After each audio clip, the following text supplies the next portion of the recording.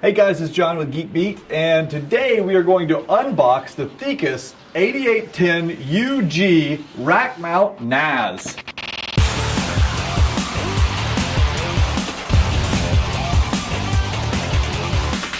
Okay guys, we got this nice big package here, and it's heavy too.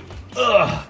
So let's take a look at it. This is what happens if you order one of these cool little Rackmount NAS units from Thecus. I was impressed when I saw, originally they shot me an email and we chatted about this, and I was impressed with the price point actually, because this unit that we're going to look at comes in right around $2,000. So if you're needing a rack mountable NAS device, this is certainly a good sized unit that's also quite affordable.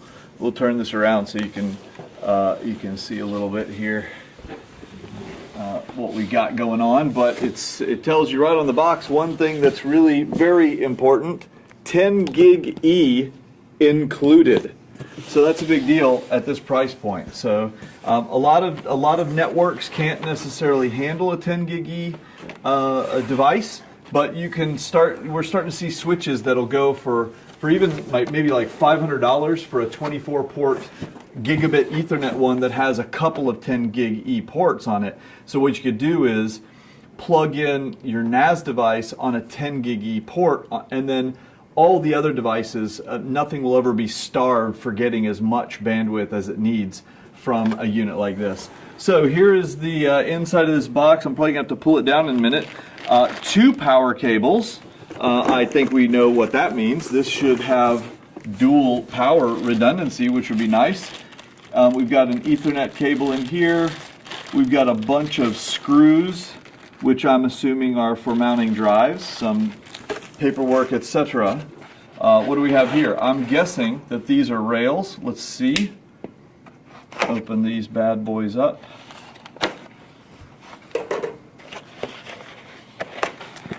And indeed they are mounting rails. So what that means is that you would be able to slide this unit in and out of the rack on the rails. That's very, very helpful. And that's something I would always look for whenever you can get it, because it makes it convenient to access and work on things. There we go. Well, that's a nice size unit. It's not like ridiculously deep or anything like that. Pull it out of here. We'll shove that box right off the table. Okay. Let's see here. Best way to open this. That's good. You don't have to lift it up to get it out of the bag there. Right off the bat, I'll tell you one thing that I like. I don't know if this is really standard or not, but these are like aluminum grab rails here on the front. They look really nice. It's a good looking unit. So it looks like there's a front mounting plate here with a couple of kind of quick mount screws. You notice, if you've never seen this type before, when you unscrew it a little bit and then it pops out. And that's how you know it's open. And so then we've got 1, 2, 3, 4, 5, 6, 7, 8 drive bays here. And let's see, in our bag we've got some keys. Let's see what happens when we take one of these little trays out, just for grins. Let's grab this one here. So you just stick the key in there. We'll turn it to open it like that, and then let me figure out how this works. Let's see. There we go. Push there, and what have I done, Ken? Let's see. Push. Did I lock it? Oh, maybe it was already unlocked, and I locked it. Okay, here we go.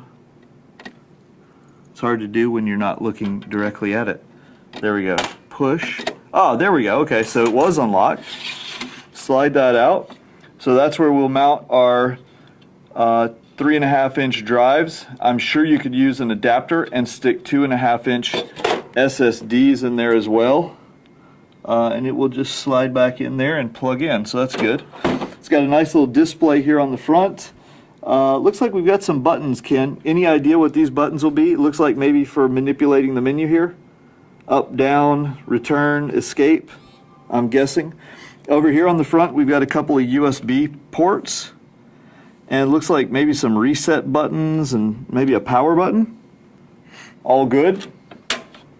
And let's take a look at the back. In the back now we've got, yes, we've got dual power supplies, so that's awesome. If you have a situation where you can feed each of these power supplies into a different circuit breaker, then if one blows out, then you'll still have power coming in for the other. We've got a VGA port. We also have an HDMI port. That's interesting. And 2 USB 3.0s, 2 LAN adapters, and we've got 4 more USBs back here. And look, this must be our big bad 10 gig E port right here. That is a lot of stuff to cram into one chassis. Let's open it up just for fun. So we'll take that, and I'm guessing that will let me somehow, let's see, I think I slide this backwards. It's my guess. Well, lift, this says lift here. No, pull, and there we go. Pull back and lift up. Also, I just noticed they've got plastic on here to cover the top of the case for protection, but you'd peel that off when you stick it in the rack, so that way you don't scratch it up in transit. Wow, look at that. That's good looking. So we've got a lineup of 4 different fans here. And so all of our drives would be here. You can imagine it's sucking the hot air in this way. You can even see little arrows here. Suck the air in this way, pass it over here out through the grills on the back of the chassis. Then here on the motherboard, we've got a nice big CPU cooling fan. It's got 1 stick of memory installed.